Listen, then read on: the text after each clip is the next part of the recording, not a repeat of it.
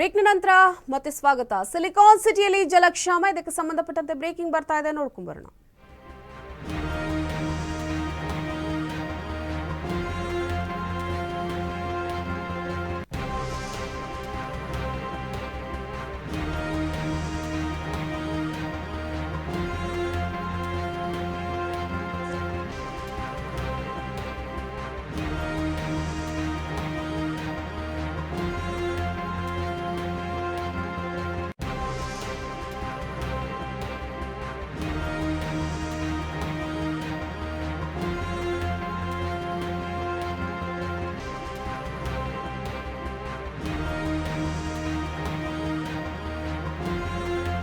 Silicon ಸಿಟಿಯಲ್ಲಿ ಜಲಕ್ಷಾಮದ ಬವಣೆಯನ್ನ ನೀಗಿಸಲು ಜಲಮಂಡಳಿ ಚಿಂತನೆಯನ್ನ ನಡೆಸ್ತಾ ಇದೆ.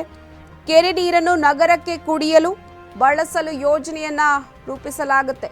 ಬೆಂಗಳೂರಿನ ಯಲಹಂಕದ ಹೆಸರುಘಟ್ಟ ಕೆರೆಯಲ್ಲಿ ಈ ಒಂದು ಯೋಜನೆಯನ್ನ ನಡೆಸಲಾಗಿದೆ. ಜಲಮಂಡಳಿ ಯೋಜನೆಗೆ ರೈತರು ಅಸಮಾಧಾನವನ್ನ ಹೊರಹಾಕ್ತಾ ಇದ್ದಾರೆ.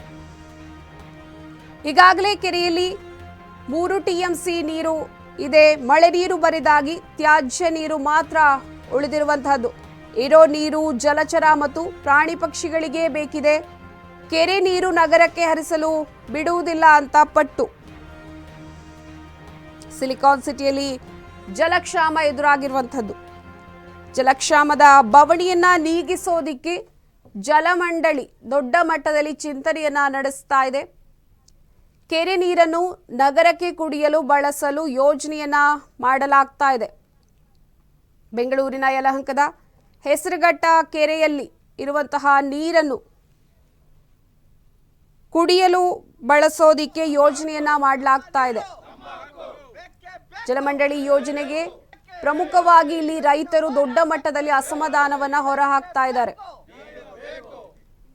ಈಗ ಈ ಒಂದು ಕೆರೆಯಲ್ಲಿ 3 TMC ನೀರು ಮಾತ್ರ ಇರುವಂತದ್ದು. ಮಳೆ ನೀರು ಬರಿದಾಗಿದೆ ಒಂದು ಕಡೆ, ಮತ್ತೊಂದು ಕಡೆ ತ್ಯಾಜ್ಯ ನೀರು ಸಂಗ್ರಹವಾಗ್ತಾ ಇದೆ. ಆ ಒಂದು ಕೆರೆಯಲ್ಲಿ ಹಲವಾರು ಫ್ಯಾಕ್ಟರಿಗಳಿಂದ ಬರುವಂತಹ ತ್ಯಾಜ್ಯ ನೀರು ಸಂಗ್ರಹವಾಗ್ತಾ ಇದೆ. ಪ್ರಮುಖವಾಗಿ ಇಲ್ಲಿ ಜಲಚರ ಮತ್ತು ಪ್ರಾಣಿ ಪಕ್ಷಿಗಳಿಗೆ ನೀರಿನ ಅವಶ್ಯಕತೆ ಇರೋದ್ರಿಂದ ಈ ನೀರನ್ನ ಬಳಕೆ ಮಾಡಲಾಗ್ತಾ ಇತ್ತು.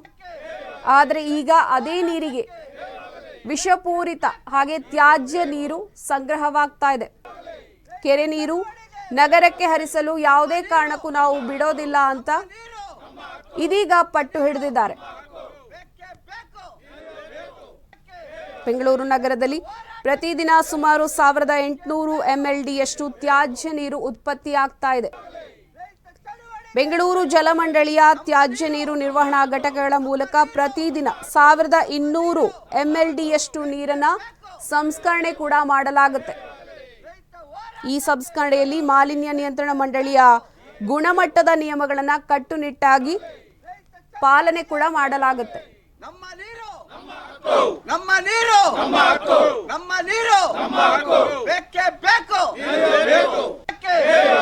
ರೈತ ಹೋರಾಟ